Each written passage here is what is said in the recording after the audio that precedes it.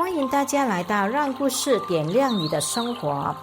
今天我要分享的故事是咳嗽的鹦鹉和哭泣和喊叫。有个人家里养了一只机灵可爱的鹦鹉，一天来访的朋友提醒女主人说，你家的鹦鹉是不是病了，老是咳嗽，看起来很痛苦的样子。夫人一听十分紧张，仔细留心观察后，还真发现这只鹦鹉有咳嗽的毛病。她赶紧将它送往宠物医院，经过兽医的诊断，结果是这只鹦鹉很健康，一点毛病也没有。那么这只鹦鹉为什么会咳嗽呢？其实它并不是真正的咳嗽，而是在学那个抽烟很凶的女主人的咳嗽声。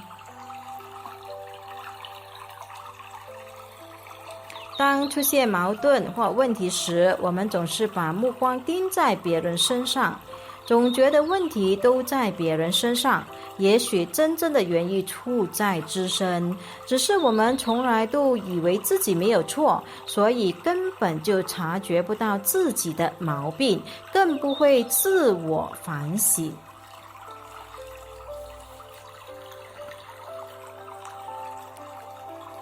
家里只有一台电视机，可是夫妻两人都爱看不一样的节目。妻子喜欢看电视剧，而丈夫却喜欢看球赛。两口子经常为此闹矛盾，最后他们商议后定下了一条规定，那就是单日由妻子决定看什么，双日由丈夫决定看什么。某日的某一天，妻子正看着一部电视剧，很投入地为剧中人洒下同情之泪时，丈夫看见了，调侃地说，真是奇怪，竟然为那些不认识的人哭泣。你才怪得很呢，一见到与你毫不相干的人进球，你就跳起来大喊大叫。妻子不甘示弱地讽刺道。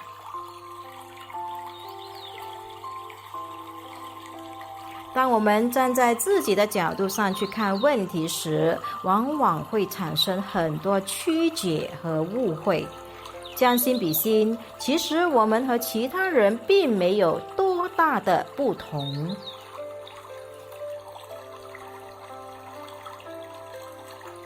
我的故事就分享到这里，感谢你们的收听，祝你们健康快乐。